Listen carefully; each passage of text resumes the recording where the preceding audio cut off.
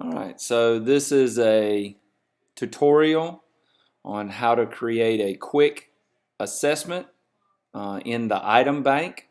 For most math teachers in academic areas where you have items in the item bank, this will be the way to go. Bernice Kent and Tammy Olive, you both have requested help, and I hope that this helps you.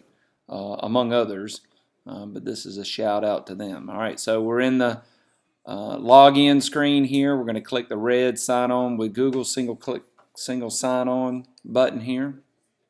As long as you're logged into Chrome with your school credentials, you should be able to. All right, so not sure about this, but we're going to go to create a new assessment here.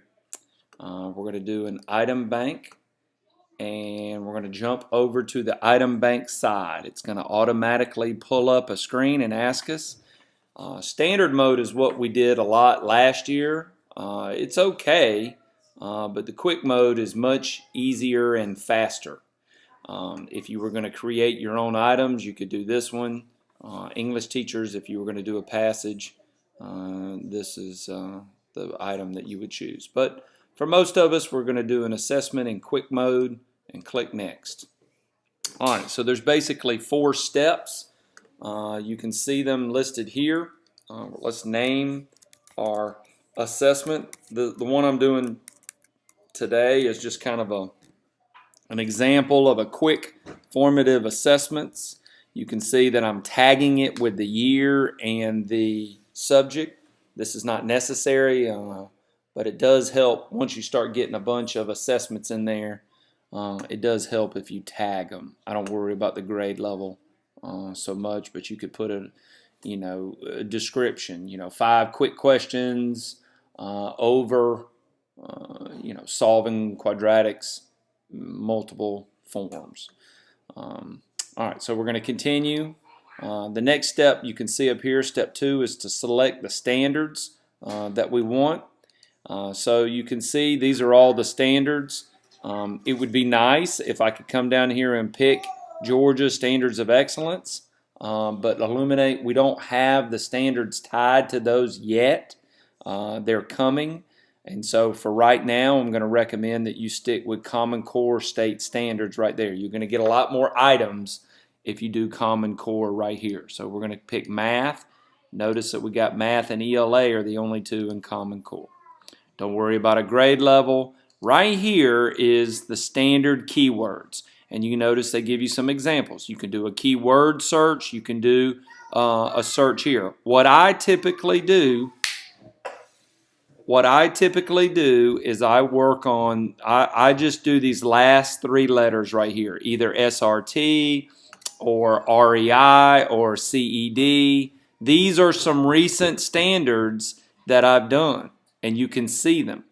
This REI4 is the one we're going to do, but I'm going to type it in. There it is, REI. So if this is the standard that I'm looking for, then I just simply type in these 3 letters and I'm good to go. All right, so I'm going to continue, and you can see, whoa, I messed up. Go back to select standards, REI. I didn't do that right. REI right here, okay. And Common Core. It's making me do this over again because I messed up. REI, Mathematics, REI. All right, so it's loading, and look at all of these standards that it found with the key of REI. Now, these are Common Core, but this standard right here, REI4, High School Algebra Mathematics, solve quadratic equations in one variable, that's what we're doing in Unit 5. Notice 4A is solving using completing the square. 4B is by lots of different methods.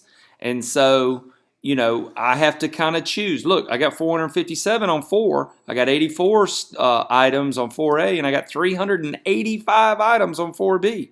So, I may have to be a little flexible in what I call my standard, but this is the standard that translates to what I'm teaching. So I click on the 457 items. This is my standard right here. If I want to show the details, there it is. Okay. right here, I'm going to pick how many questions I want for this standard. I just want 5 for now. If it were a test, then I would recommend that you bump that on up a little bit. 5's a little low. They can only miss 1 and still master if they only have 5 items per standard. This is very important. This is probably, other than picking the standard, this button right here and actually picking the items is probably the most important thing. This is modify criteria. This is where you're going to tell it what you want. The item banks that I pick from for math are CoreSpring, I pick Certica Math, and I pick Inspect Park for math. Obviously, if I taught science or social studies or ELA, I would pick these different ones.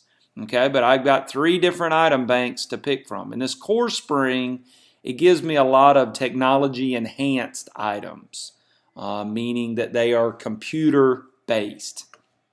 All right, so I update. Whoops, I messed up. All right, so in modify criteria, I pick the item banks. Then right here is very important. I pick the types. I got multiple choice. I got select all. I might want some constructed response. I pick my items right here. What kind of items? If I want math equation response, then I might pick that. Okay. If I just want multiple choice, then I would just pick the top one there. So this is where I pick my different items under types. Okay, I'm going to pick all 4 of those.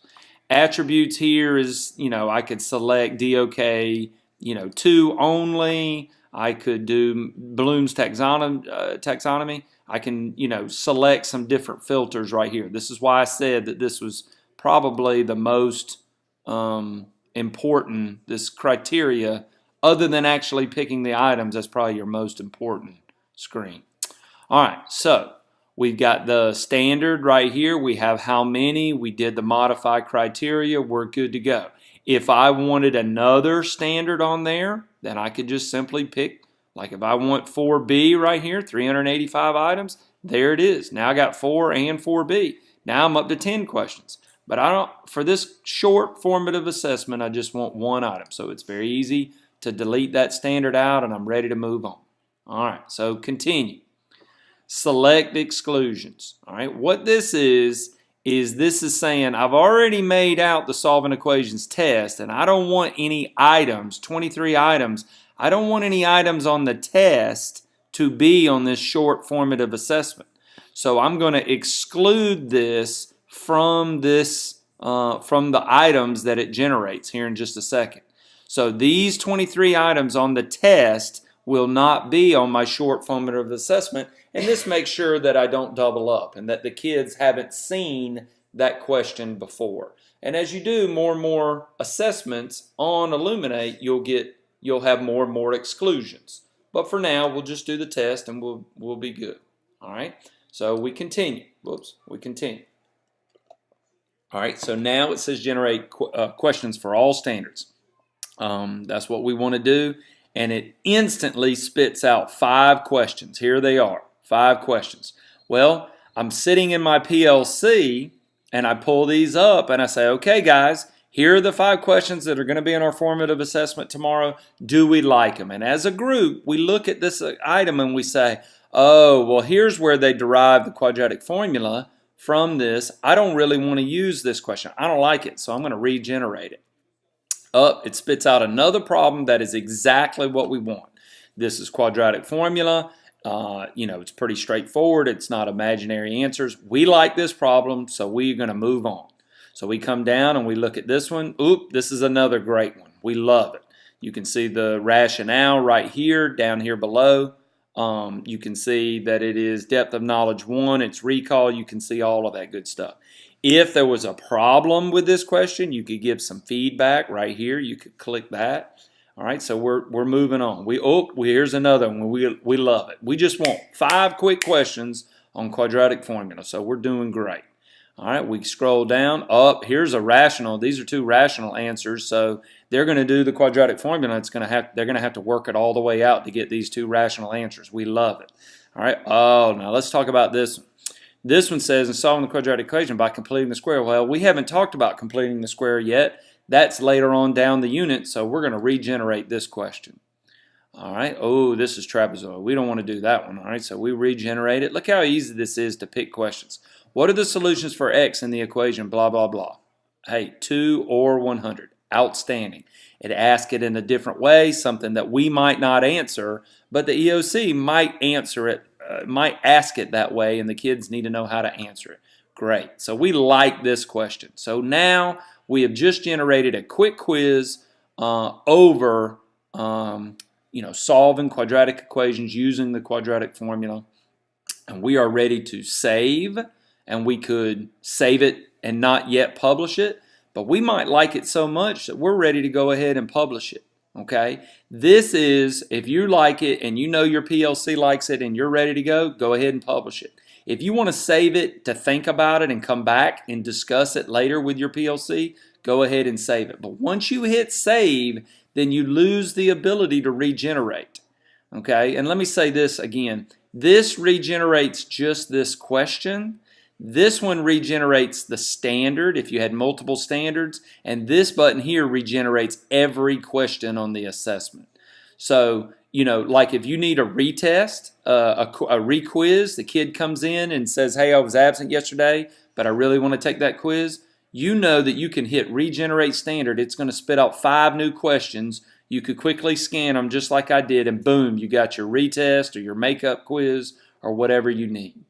All right, so we hit save right here. It's going to spit us out. We're still in the item bank. Notice we're still in the item bank. Here's the sample that we just made. We got 5 questions. I'm the one that made it. Here's the date. To go back into it, we just click on this, and now you can see we have 5 items. We have 1 standard. This is the standard that we've got. They're all 5, happen to be multiple choice. We can add items. We can review them. We can look at an overview. We can do a booklet right here, but probably the most important button is the publish button. When we hit publish, it locks it down so that this assessment can no longer be changed by anybody, because now we're ready to start getting some data from it. So we publish this item, okay? It's called test sample. If we return to Elluminate and go back over into Elluminate, that item, that test sample, should now be in Elluminate, ready to go. Let's see if it is here. We're in Elluminate. It's loading. All right, there's test sample. You can see that nobody has tested on it. If I click on it, then I get this screen and it says, hey, we've noticed that nobody has tested on the test sample. And what would you like to do? Well, we can print answer sheets if we're doing bubble sheets. We can do a test booklet for the students. We can do a test booklet for teachers that includes the key. We can administer it online. We can scan the answers in when we're ready to scan the answers in. This is a very important screen that gives us all of our data. But now we're ready. All right, let's look at the test booklet that the students would get. We click on this button, it automatically opens up a PDF down here in the lower part of the screen. Sometimes I just pull it up and use them on the smartboard. Nothing says that you have to print it out on every single one. I mean, we just made a 5-question thing right here, and if I zoom in a little bit, then I'm able to, let's see, there we go. Now that's big enough to use on the smartboard. The kids don't know the answers, and we're ready to go. If I'm ready to assess this online, then I could click here. Once I have my bubble sheets printed out, I could do that there. That's another lesson, but you're ready to go. Okay. I hope this helped you. Please provide some feedback to me in the form of an email or the little poll there on the help website, so that I can get better. If there was a mistake, if I said something wrong, I would appreciate you letting me know about that. And just understand that I'm doing this to help teachers in Bullitt County. If you have any questions, let me know.